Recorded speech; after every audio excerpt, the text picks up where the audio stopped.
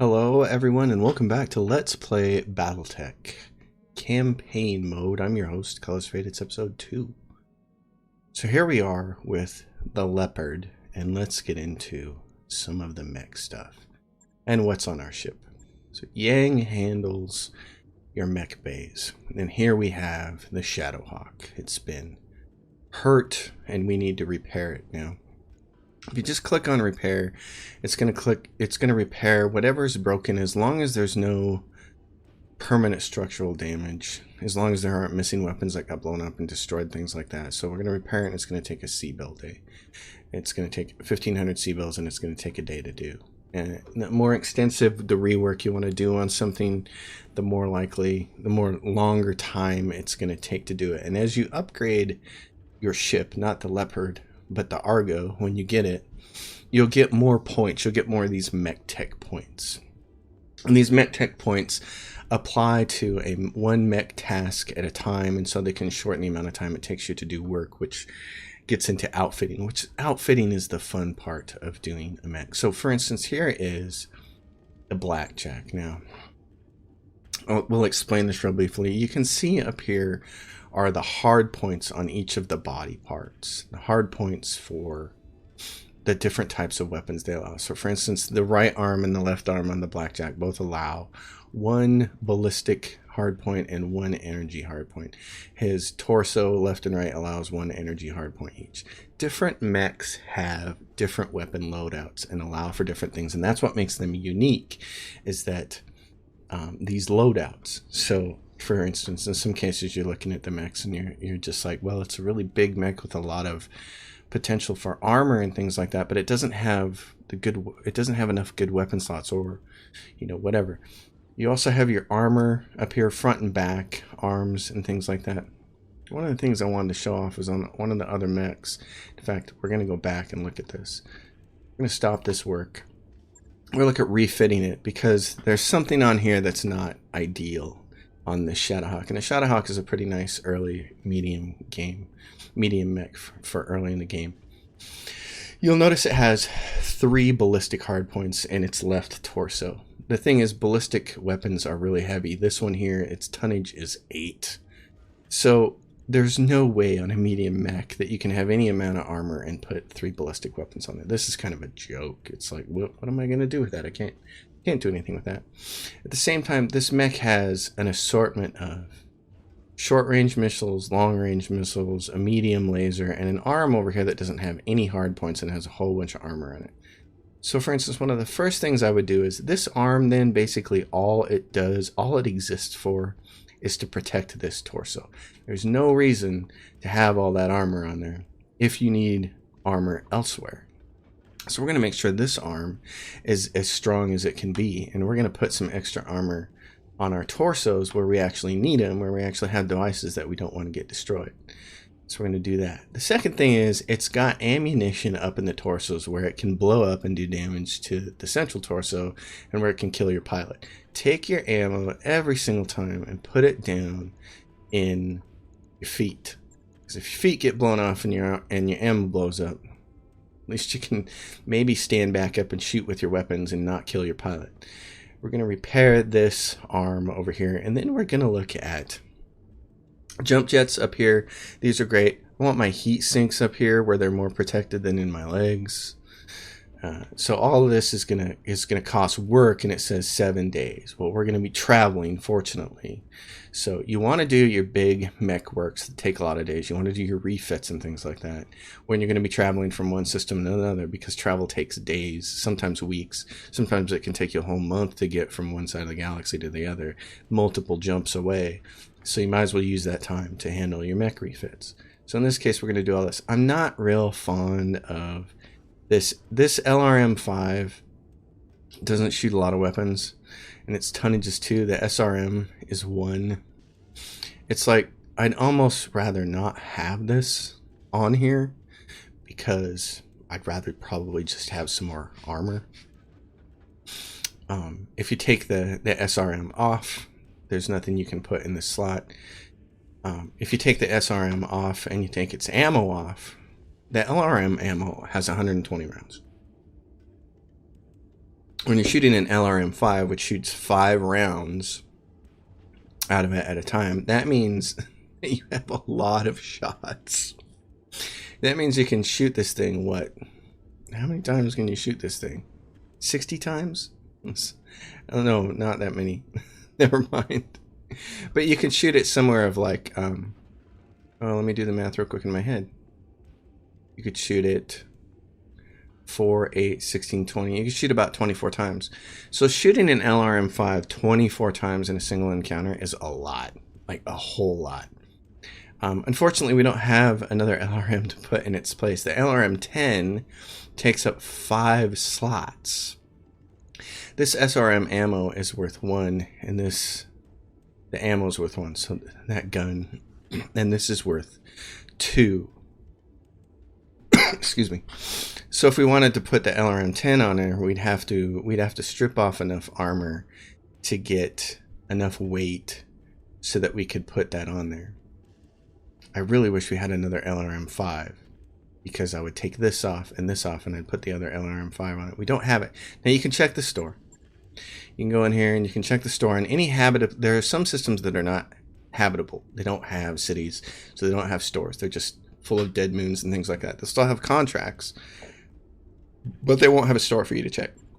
Here is an LRM-5. It's almost 100 grand to buy it. It's a lot of money to invest this early in the game. So it's like, I don't really want to do that, but this is not a loadout that I like at all. The other thing is to go all short-range missiles on it and make this a close infighter, but we don't have enough short-range missiles to really make that work. The short-range missiles, as somebody explained it to me really well, short-range missiles, especially in big groups on a ship, they're kind of like the shotgun. It's kind of like having a shotgun in XCOM. So for now, I'm just going to do this. I'm going to confirm this 7 days worth of work. I'm also going to take a look at how long it's going to take us to go on this contract that he's got for us. There's this one contract. It's a seek and destroy. It's a battle in the desert over at the Battletech system. It's 12 days away. That work we were going to just do was going to take 7. So I don't want to take one of my other main mechs to have anything that's going to take more than 5 days worth of work. Now, the Blackjack is worth looking at because this is basically a heat nightmare with all of these medium missiles on it. I mean, medium lasers on it. This is a disaster. Unfortunately, there's not much you can do about it. You noticed during that battle, I don't think there was a single time that I shot all of the medium missiles, the medium lasers at one time. There's too much heat. Missiles, keep saying missiles, lasers, any weapon really that's mounted on an arm will be more stable will be more accurate. Let me say that correctly. Will be more accurate than a weapon mounted in the torso. It'll be accurate by about 5% more, but still, it's 5%, right? So my thought is, you can see your overall heat efficiency up here. This is bad. This is not good at all. So they've got all the weapons on here that you can put on here, but this is not necessarily the best thing for the mech. So if we drop this component off, if we take both of those medium lasers off there, and we put another heat sink in here like there, and then we could say, all right, to protect this, we're going to add a little more armor on there. Heat sinks cost you 1 tonnage. So the only thing we can really do now is it's got 4 jump jets installed, and we'd like to put these up here. This turns it into a multi-day thing though. So we're just going to move these back. I really don't like these in the legs, but what are you going to do? We got to stay under 5 days. The only other thing to do is strip some armor off and add another heat sink. But I'm just going to put armor on instead and make it a little tougher, because more armor is always better anyways. And we're going to put some more in the center torso because that's where we're going to shot it. So this is going to cost 2 days, $1,250. It takes a couple of weapons off that we weren't using anyways because they're basically too hot. It's not efficient enough. With this way, we can run an alpha strike. We can shoot all these things, and we probably won't kill ourselves with heat. So that's good. The Vindicator, we're going to leave the way it is. Its big gun is the PPC, and then it's got an LRM. The other thing is it's got the ammo there. We really don't want that there. This will take 2 days to steal that off of there. And then I'd love to move some of this other stuff around. but 2 more days. Everything should be ready to go by the time we get there, by the time we arrive. So now we're going to take a look at our barracks and our mech wars. We notice the behemoth is out of action. So we're going to need all 4 of these mechs. Mech wars. You can see this little purple thing here. This mech war is a unique character. You may only hire them once. If you fire them, they are killed. They will not repair in the hiring. All these are story characters. You don't get these in career mode. So these are story. There's also something really neat in here for people who were backers of the game. But the important thing is now we get to your mech skills. There's a column here and there's a column here. These are your skills as you get up. The important thing to understand is, out of these skills, you can only pick 3. You can pick 2 in one line and 1 in another. That's how it has to be. You can't pick 3 first level ones. You can only pick 2 in one and 1 in the other. For heavier mechs, this thing down here, coolant vent, later on in the game you get some really heavy mechs, and some of them have really poor heat management no matter what you do, and especially because you're going to use... if you're going to use something like gunnery that lets you fire weapons up to 3 separate targets, then you want to have a lot of weapons on a mech, and you don't necessarily want to alpha strike with them all the time. But sometimes you do, and before you alpha strike, you want to hit this and heat vent it. This is going to remove 50 extra heat this round, but then for the next 3 rounds, it's going to gain an extra 8 heat. So it's like, before you alpha strike, use this, and then spend the next couple of rounds not using as many weapons and trying to run off some of your heat. But for heavy assault mechs that get in close, with this one right here, Bulwark, passive, cover and guarded states both provide 40% damage reduction rather than 20% damage reduction, and they stack cover and guarded together to provide 60% damage reduction. When you're playing the big heavies and the big assault mechs that don't move, they can't move very far each turn, so they can't gain evasion and they can't be missed. People are going to hit them. You need Bulwark. You don't know that early in the game. Here you see this sure footing. Mechs gain 1 additional evasion charge after moving, can exceed the unit's maximum. If the mech is not a sprint, jump, or charge, the mech also gains entrenched. So you're thinking, oh yeah, really light mobile mechs. This is great. Yes, piloting is great for light mobile mechs. Unfortunately, you don't know that this is a lot less useful later on. This is useful. At least in my opinion, this is useful. And same thing with gunnery. Tactics provides you with sensor lock, which will remove 2 evasion pips from any enemy. That's really useful when you're running around in a light mech at the beginning of the game like a spider and you don't really have any weapons anyways. You can't really do any damage, but when you can strip 2 evasion charges off an enemy, that's awesome. That's your whole job when you're in a spider. Just run around and sensor lock things. And that's what we're going to do with our spider on the next mission probably. As soon as we can get somebody who's loaded up with that. We don't have a person who has really good tactics except for Decker. Could do it, and he'll probably end up being the guy, and then he kind of becomes a sacrificial lamb because later in the game he becomes far less useful. So we'll take Decker, we'll give him sensor lock so that on the next mission he can be the guy in the light mech running around sensor locking stuff. Me, my main guy, he's going to take Bulwark, he's going to take this multi-target, and then he's going to take Breaching Shot. Breaching Shot attacks with a single weapon, ignore, cover, and guarded. It's great. Penetrates right in. When you're running the big assault mechs later in the game and you have multiple weapons and multiple targets, you're like A, B, C, and I'm going to point single weapons at B and C because they're covered and they're entrenched and they're guarded, and I'm still going to hammer it. So that's how I like to lay out my heavy mechs, is either with these 2 skills in gunnery and 1 skill in guts, or with 2 skills in guts and 1 skill in gunnery and put them on hot mechs where they can make use of this.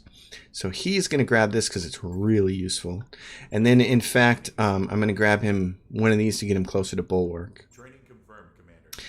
And then Glitch already has gunnery, and I wish I'd have been paying attention to that the last episode. She's going to do the same thing. We're going to get her closer to taking this in guts. And then Medusa.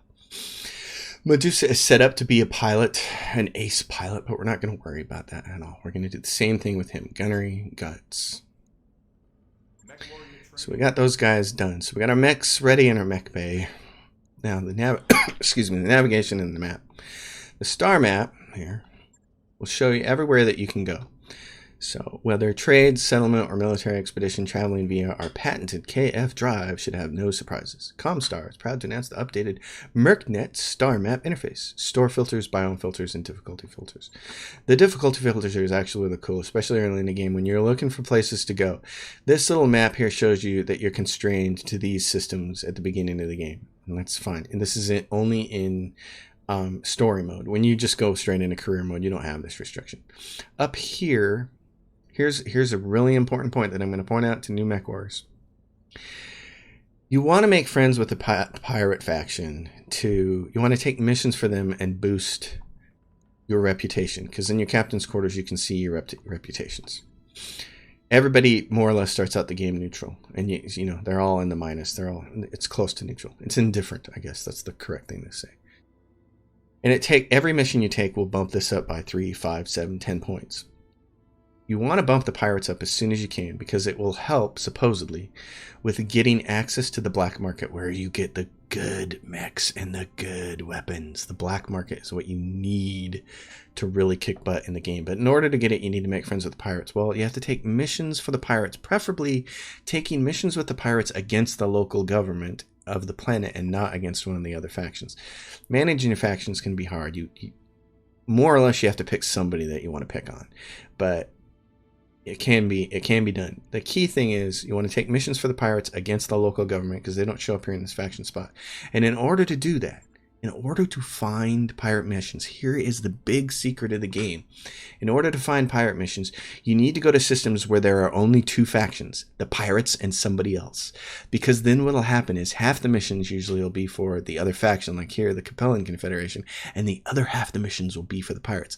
If you go to a system somewhere else that like this, that has pirates, Capellans, and the Magistry of Canopus and the local government, it's got 4 factions on that planet. Almost all the missions are going to be for these 3 guys and none for the pirates. So these systems over here, which we want to eventually get to, and we have to unlock parts of the story to be able to travel over here. This is the trick. It makes it so that here in the star map, since you're confined to these systems right here, you're confined to Bellerophon. You're confined to this system, and it's got 4 things on it, including pirates. And you're confined to this one, same thing, these 4 factions and pirates. And you're confined to this system, these 4 factions and pirates. And our faction that we picked at the beginning of the game to say where our history came from was the Free Worlds League. The local government, you don't care. They're not a real faction. They're like the local government on the planet. So you want to do as many missions against them as possible, because it doesn't hit your reputation with anybody else.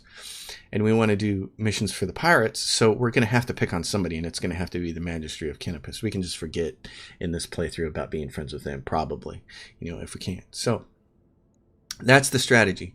We got to get through the first couple of story episodes of the game, get the Argo, and get the whole map opened up. And to do that, of course, we have to take the first mission.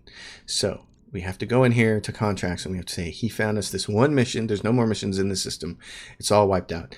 The skulls represent how difficult the missions are. And at the beginning of the game, when all you have is 1 light mech and 3 medium mechs that aren't that great, yes, you need to take half skull and 1 skull missions. So here we go. It's a seek and destroy. It's simple. It's a simple battle in the desert. We need to go in there, and we just need to kill all of the forces.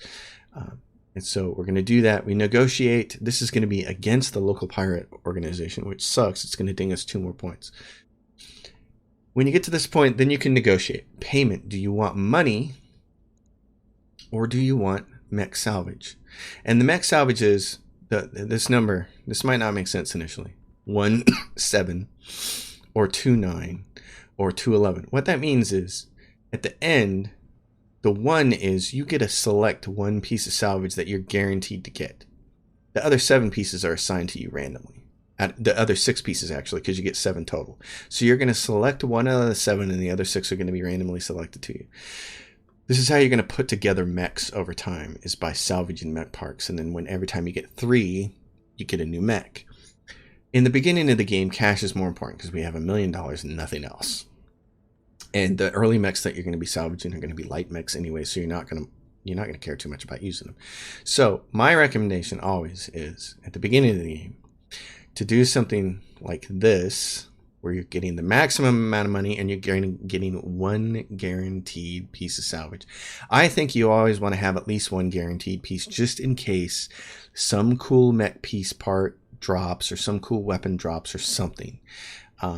You want to get guaranteed something. So take this. Some people are like, nope, just go for the money.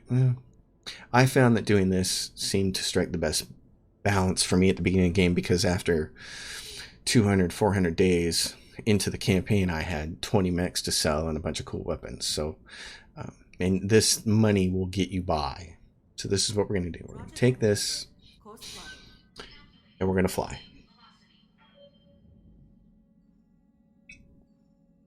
So you can see our mechs being worked on as they go. And then you're going to drive up to this thing and it's going to do the actual jump from system to system for you. You're going to dock with it. And the game likes to throw, every time you travel, the game likes to throw one little event at you on your ship that you have to take care of as a captain that just gets handled through dialogue. It's kind of cool. Sometimes there are some nice benefits from it. Sometimes there are some morale boosts to your pilots. So that's always really cool. But yeah, getting through the early stages of this game. So the shakedown here on the Leopard's Bridge with Sumair, Yang, and Darius for the daily staff briefing. Darius says, we received 3 messages from the banks. Loan sharks, Sumair cuts in. From the people who are financing us, Darius continues. They're considering rewriting the terms of our loans so it will be easier to seize the ship if we miss a payment. As usual, they're only doing this because they believe we can't fight it in court. Sweet talk the banks. I'll talk to them, you say, and the meeting moves on. Afterwards, you record a response. In it, you explain with much gravitas that you selected each of the banks for their prestige and reliability. You remind them of your impeccable payment history. You conclude by expressing your desire for a long and fruitful financial relationship with them, hinting that you might seek additional loans when your current ones are paid in full. A few days later, the banks contact you to say that previous messages were sent in error and should be ignored. Your company has gained the following tags: loan status fair. You can hover over this and see what it says. The company's credit is currently rated as fair by the banks financing the Leopard, which should at least deter them from sending bounty hunters after you. Well, that's nice. So we won't get bounty hunters after us. That's good. I don't know what that actually is.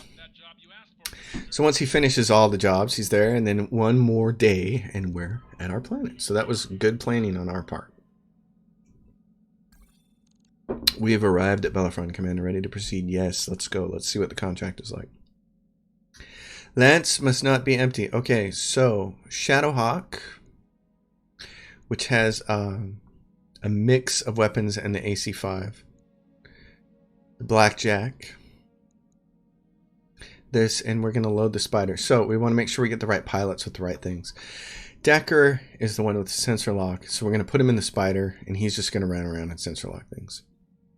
I'm going to take the Blackjack because it has these weapons. The Vindicator has the PPC, a medium laser, and an LRM. It's a good one, actually. Actually, this is what we should do. And this is the AC5, yeah. These two mechs here, the Vindicator and the Shadowhawk, have a variety of weapons. So putting the people who can multi-target in them and use the weapons at multiple targets would probably be a good idea, even though early in the game we don't have a lot of firepower. It's not the best thing. And then Medusa's going to take the Blackjack, and he's just going to shoot everything at every target he faces. We have 175 tons over here. Our drop rating is basically 2 skulls, but don't let that fool you. Very early in the game, most of the missions are almost incorrectly rating, and you kind of have to know something about the mission structure to keep yourself from getting your butt kicked and getting into missions that aren't good for you. So early in the game, the skull rating seems to matter. It seems to be more variable than later in the game.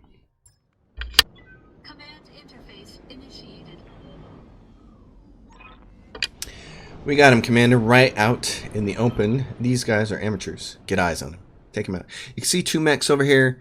We can kind of get a look at what they are. This looks like a little locust over here, and this looks like something that might be a little bit more formidable. And I only see 2 mechs. So I only see 2 mechs, and this is a half skull mission, so I gotta believe that those are the only mechs we're gonna face on this entire mission. So we're gonna wander down. And we're going to try to take these guys out. And hopefully we'll be smart about that. If we go straight in there, I'm concerned. You can see the ground here is orange, and it'll tell you rough terrain reduces movement speed and causes units to take 150% stability damage from all attacks. But there's a +4 difficulty to hit units within rough terrain with melee attacks. They're not going to rush up and melee us right away anyway. Okay, so we got a blip.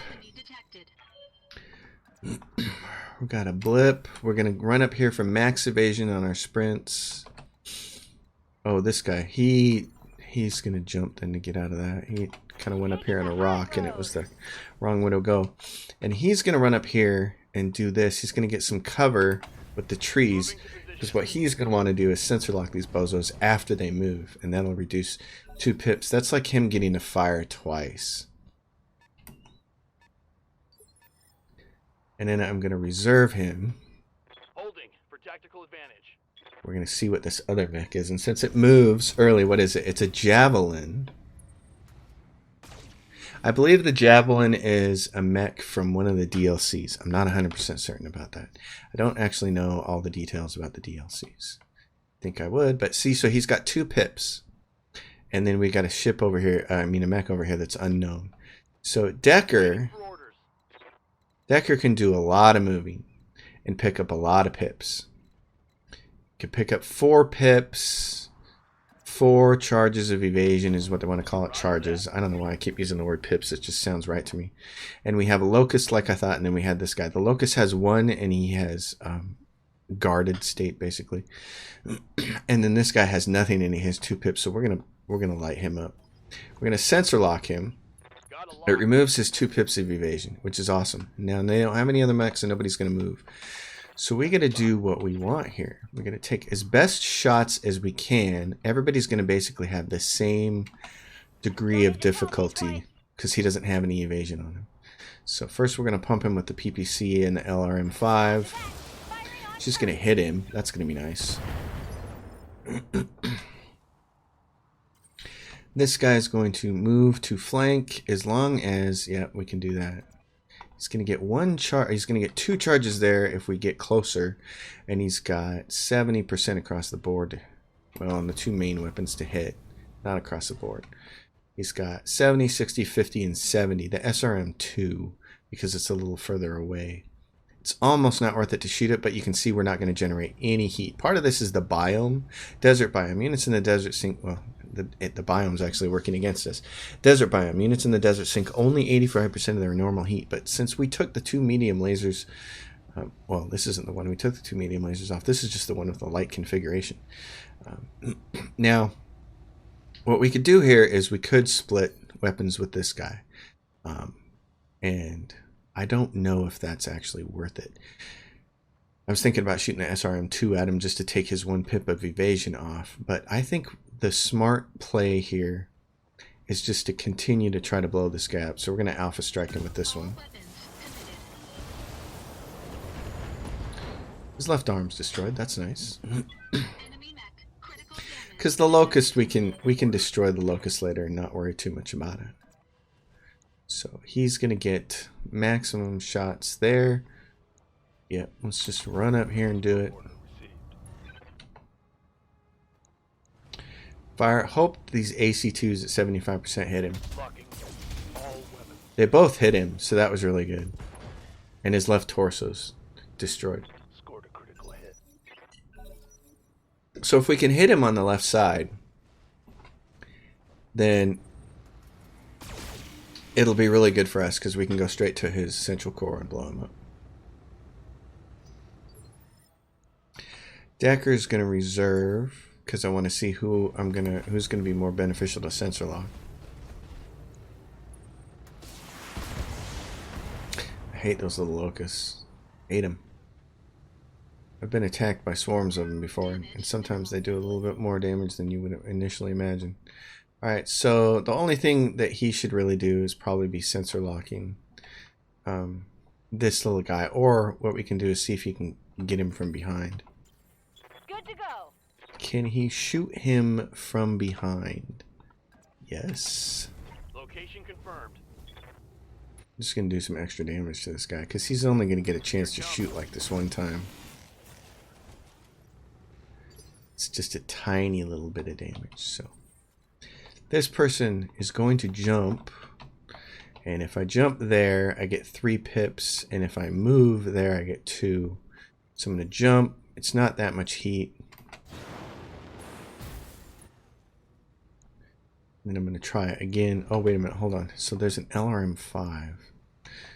Oh, yeah. It doesn't have a good 2-hit chance, does it? Doesn't matter. For the heat generation, it's not going to matter. So let's try to get him. There we go.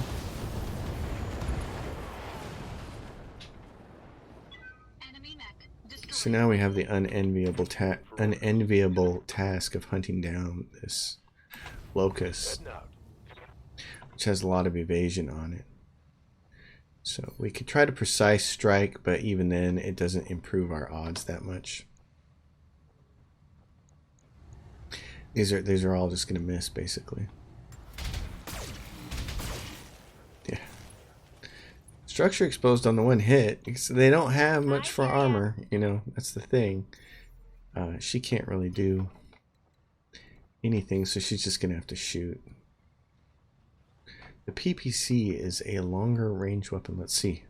45. 45 doesn't matter. We have to just kind of knock her down. Her evasion down so that we can hit her next round. Oh! That never happens to me. When they've got that much evasion, my PPC always misses. Yeah, critical hit. So now it's knocked down. This is going to be super easy.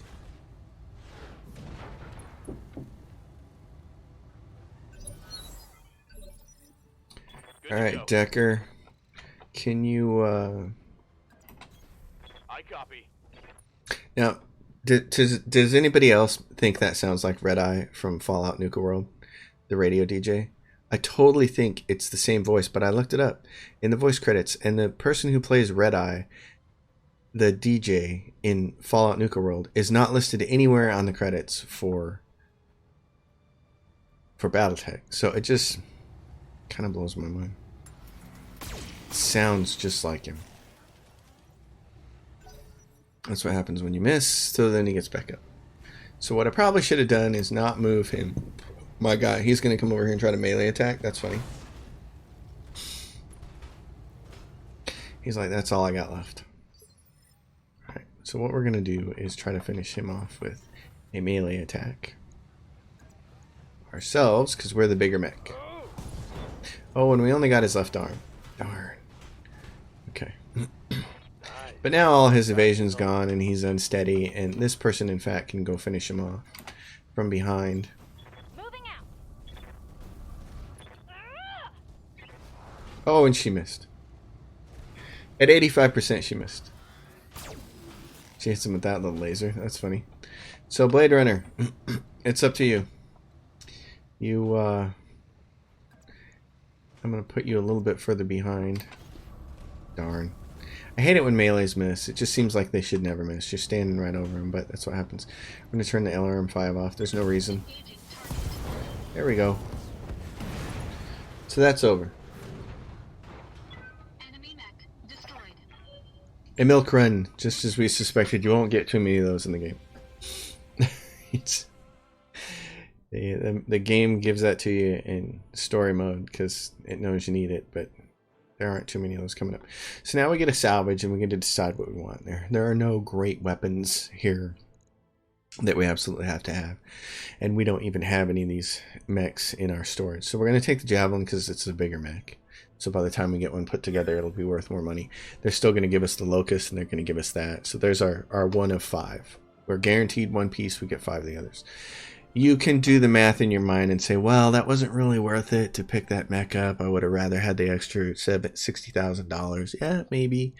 Over the long term, I think if you can gut it out that way, though, it's nice when you finally get all those mechs put together. You just have a load of money. And I found that playing that when I get to the black market and I have all these extra mechs in storage, because I've been piecemealing them together over time instead of taking just the money, then I get to the black market, I could sell them all, and all of a sudden it's like, I want this really awesome mech. Oh yeah, I have enough money for it, and then some.